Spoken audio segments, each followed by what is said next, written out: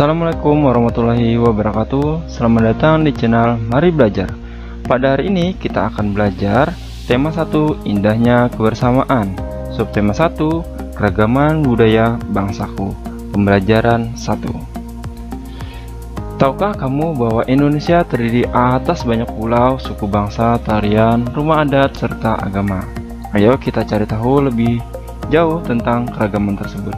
Sebelum kita lanjutkan, like and subscribe channel ini ya. Materi pembelajaran kali ini bahasa Indonesia, mengenal gagasan dalam teks, menentukan gagasan pada teks tertulis. IPS, mengenal keragaman hasil budaya di Indonesia, sikap menghargai dan tidak menghargai keragaman. IPA, mengenal bunyi dan menghasilkan bunyi, faktor yang mempengaruhi perbedaan bunyi.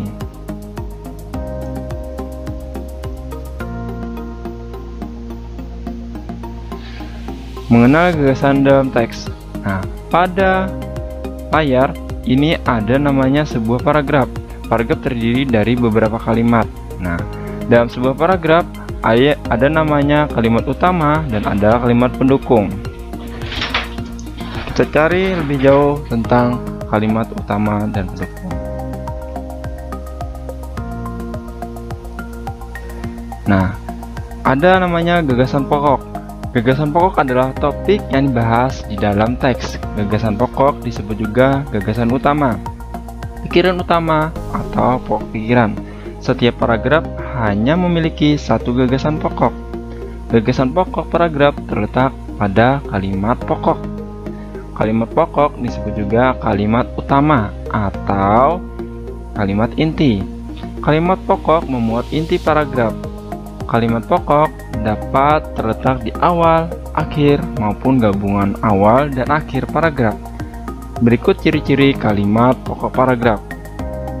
Yang pertama, mengandung inti masalah atau hal yang dibahas pada paragraf.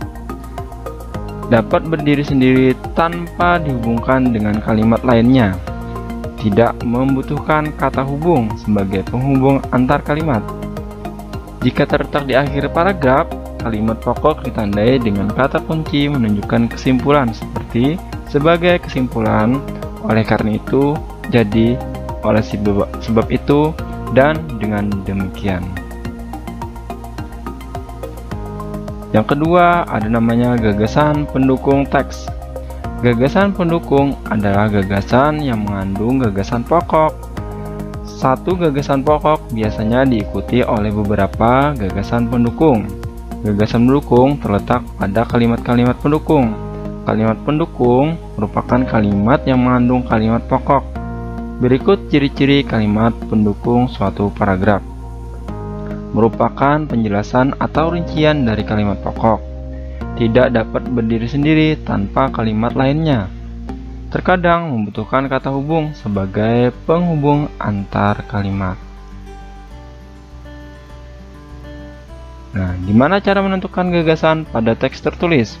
Cara menentukan gagasan pada teks tertulis yaitu, pertama, kita baca dengan cermat setiap kalimat dalam satu paragraf.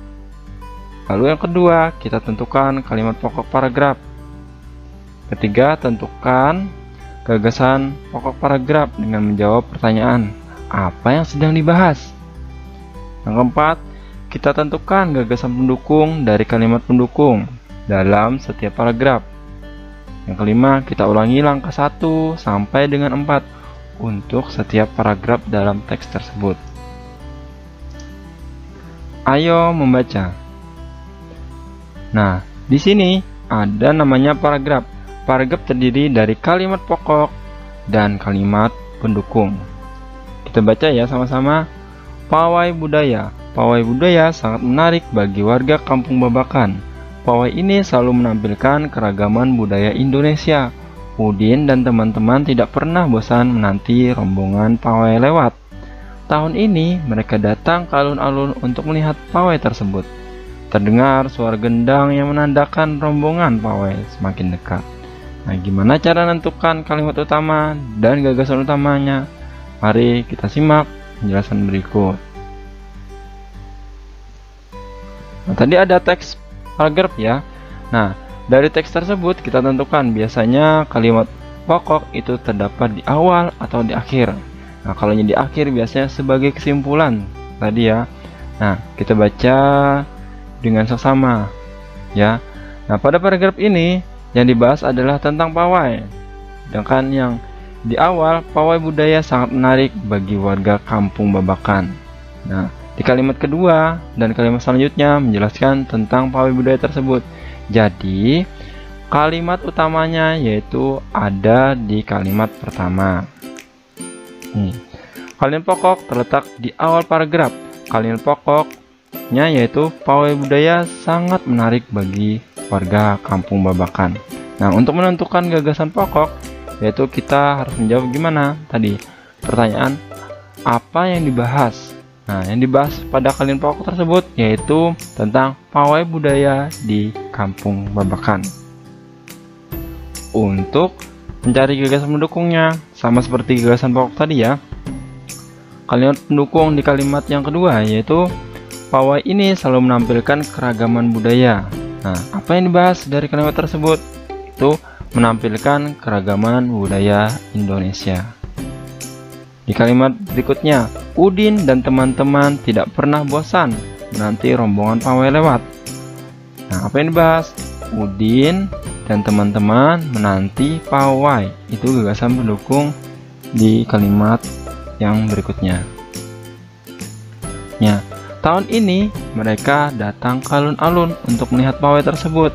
Yang dibahas apa? Mereka datang ke alun-alun. Nah, kalimat pendukung berikutnya yaitu terdengar suara gendang yang menandakan rombongan pawai semakin dekat. Nah, gagasan pendukungnya suara gendang tanda rombongan pawai.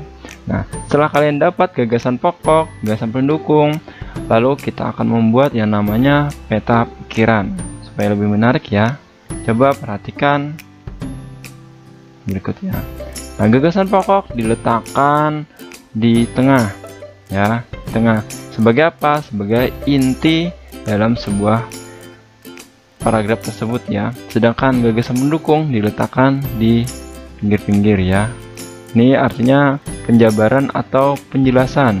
Ingat, gagasan pendukung adalah penjelasan dari gagasan pokok tersebut. Bisa dipahami ya anak-anak? Gimana gagasan pokok dan gagasan pendukung serta cara membuatnya menjadi peta pikiran. Muatan berikutnya yaitu IPS, mengenal keragaman hasil budaya di Indonesia. Jadi di Indonesia itu memiliki banyak ya keragaman ya, baik itu budaya dan sebagainya ya. Nah, keragaman budaya tercermin dari hasil budaya yang dapat kita temukan di sekitar kita, yaitu rumah adat. Nah, setiap rumah adat memiliki perbedaan bentuk atap, dinding, atau lantai. Bentuk bangunan rumah adat disesuaikan dengan keadaan alam daerah tersebut. Ya, misalkan di alamnya tersebut banyak terdapat bambu, maka biasanya apa dinding rumahnya yaitu terbuat dari jalinan bambu. Yang kedua, pakaian adat. Bentuk, warna, dan aksesoris pakaian adat antar daerah itu berbeda-beda. Pakaian adat biasanya digunakan pada acara-acara tertentu, misalkan pernikahan dan upacara adat. Tentu kalau tempat kita biasanya acara pernikahan ya, itu biasanya menggunakan pakaian adat masing-masing ya. Yang ketiga, bahasa daerah. Setiap daerah memiliki bahasa yang berbeda-beda dengan logat yang khas. Tentunya di setiap daerah itu memiliki bahasa daerah masing-masing. Nah, bahasa Indonesia digunakan untuk mempersatukan kebudayaan tersebut ya. Tarian daerah. Tarian daerah menceritakan keseharian masyarakat sekitar. Nah, jadi tarian itu menceritakan keseharian masyarakat sekitarnya ya. Ada misalkan untuk Kalimantan Selatan biasanya ada tarian Menampi Baras. Nah, itu artinya kesehariannya untuk masyarakat Kalimantan Selatan yaitu sebagai petani. Alat musik daerah. Alat musik daerah biasa digunakan sebagai pengiring tarian maupun lagu daerah.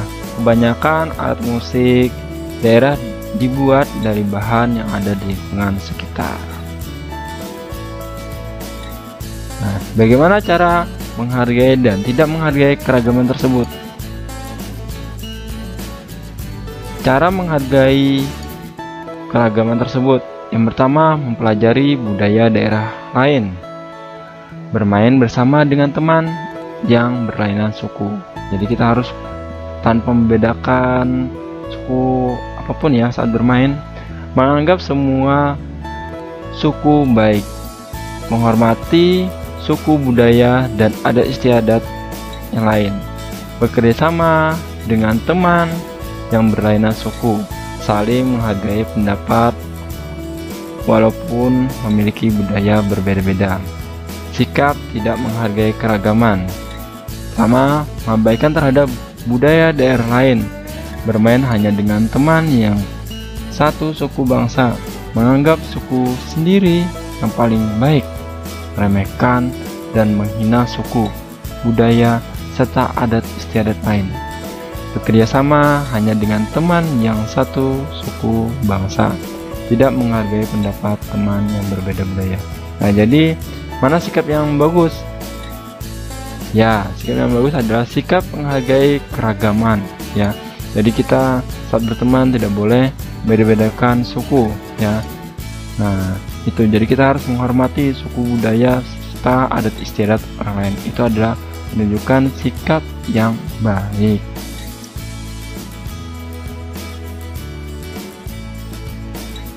Selanjutnya yaitu muatan IPA, mengenal bunyi dan menghasilkan bunyi.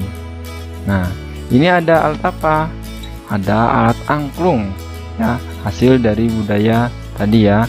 Alat angklung merupakan alat tradisional ya. Nah, ada namanya saluang, jenis seperti apa, suling ya. Nah, ada namanya kecapi. Kecapi juga alat musik tradisional, ada namanya gendang ya. Nah, dari alat ini menghasilkan yang namanya bunyi ya. Yang menghasilkan bunyi disebut dengan nama sumber bunyi. Nah, jadi semua alat ini menghasilkan bunyi disebut dengan nama sumber bunyi. Nah, sumber bunyi adalah suatu hal yang menghasilkan getaran sehingga menghasilkan yang namanya bunyi ya. Benda apapun yang bergetar akan menghasilkan bunyi yang disebut dengan sumber bunyi. Mengenal bunyi dan menghasilkan bunyi. Nah, di sini ada gambar alat musik tradisional, yaitu yang pertama seluang. Nah, asal daerahnya yaitu Sumatera Barat. Cara memainkan dan cara menghasilkan bunyinya, seluang dimainkan dengan cara ditiup. Tiup menggetarkan udara di dalam seluang hingga menghasilkan bunyi. Angklung berasal dari daerah Jawa Barat. Angklung dimainkan dengan cara digoyangkan. Goyang tersebut menggetarkan bilah bambu pada angklung hingga menghasilkan bunyi. Coba kalian cari alat musik yang lain serta asalnya dan cara memainkan serta cara menghasilkan bunyinya. Nah, ada juga faktor yang memengaruhi perbedaan bunyi. Apa aja ya? Nah, sini ada gambar Udin. Udin sedang mendengarkan suatu suara atau sumber bunyi ya. Tuhan Yang Maha Esa menganugerahkan kita indera pendengaran. Melalui indera ini kita dapat mendengar dan menikmati hasil karya seni budaya yang beragam. Nah, ayo kita cari tahu lebih lanjut tentang hal tersebut. Nah, jadi ada faktor yang memengaruhi bunyi, yaitu besarnya getaran.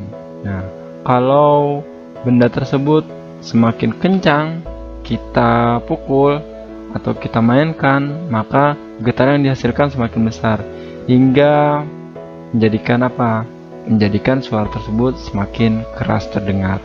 Nah, bunyi dapat merambat melalui apa saja? Nah, bunyi dapat merambat melalui benda padat, cair, dan gas. Akan tetapi bunyi tidak dapat merambat pada ruang hampa. Nah, jadi bunyi itu dapat merambat melalui benda padat, cair, dan gas. Nanti kita akan menjelaskan di pertemuan berikutnya ya.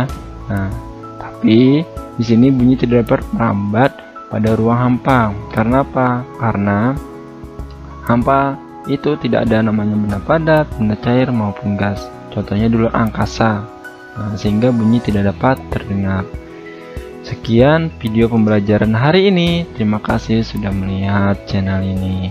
Assalamualaikum warahmatullahi wabarakatuh.